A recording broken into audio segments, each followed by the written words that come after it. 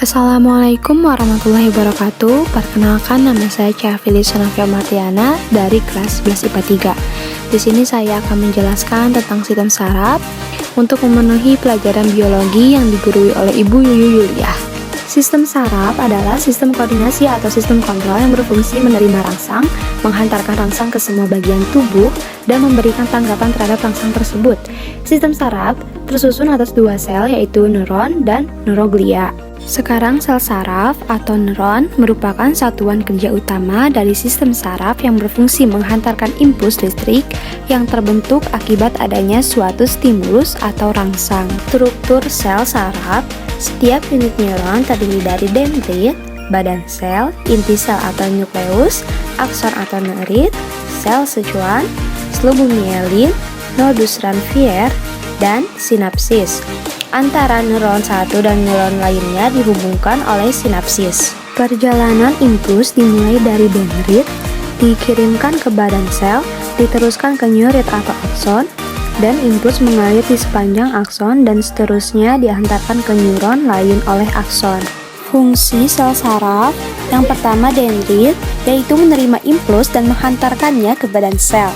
Yang kedua badan sel, yaitu menerima impuls dari dendrit tadi dan meneruskan ke akson. Nukleus atau inti sel, yaitu mengenali informasi yang diterima dan meneruskannya. Akson atau nerit, yaitu menerima impuls dari badan sel dan menghantarkan ke sel saraf lain. Di dalam akson terdapat nodus Ranvier. Nodus Ranvier ini terdapat di sepanjang akson yang akan mempercepat penghantaran impuls. Yang selanjutnya ada sel Schwann, yaitu menyediakan makanan untuk akson.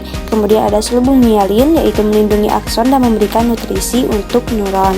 Yang terakhir ada sinapsis, yaitu antara neuron satu dan neuron lainnya dihubungkan oleh sinapsis ini. Macam-macam sel saraf berdasarkan fungsinya. Ada neuron sensorik atau aferen, ada neuron motorik atau eferen, dan ada neuron asosiasi atau penghubung.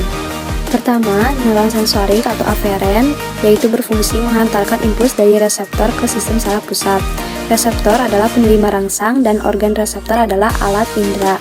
Yang kedua ada neuron motorik atau eferen, yaitu menghantarkan impuls dari sistem saraf pusat ke efektor, yaitu efektor berupa otot dan kelenjar. Yang ketiga ada neuron intermediate atau asosiasi ataupun penghubung, yaitu menghubungkan neuron sensorik dan neuron motorik yang terdiri dari otak dan sumsum tulang belakang. Mekanisme sinapsis: sinapsis itu sendiri adalah titik temu antara terminal akson salah satu neuron dengan neuron lainnya. Sedangkan sinaps adalah suatu celah di ujung akson, tempat persambungan antara sel-sel saraf dan dilepasnya neuron transmitter. Komponen utama dari sinaps yaitu ada membran presinaps, ada neurotransmitter, dan ada membran postsinaps.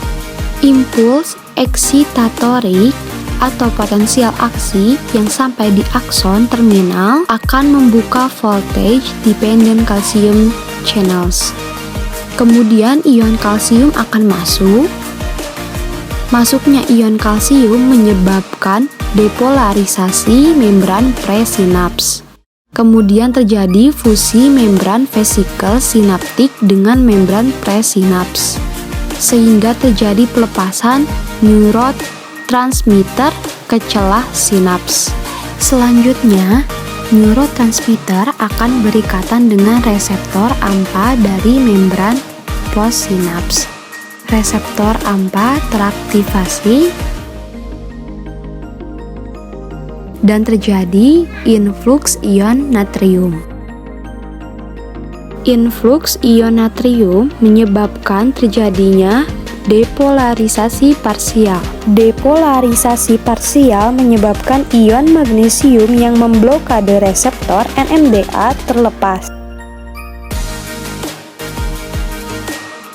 sehingga reseptor NMDA teraktivasi. Neurotransmitter kemudian berikatan dengan reseptor NMDA. Lalu terjadilah influx ion natrium dan kalsium serta keluarnya ion kalium, dan terjadilah depolarisasi komplit.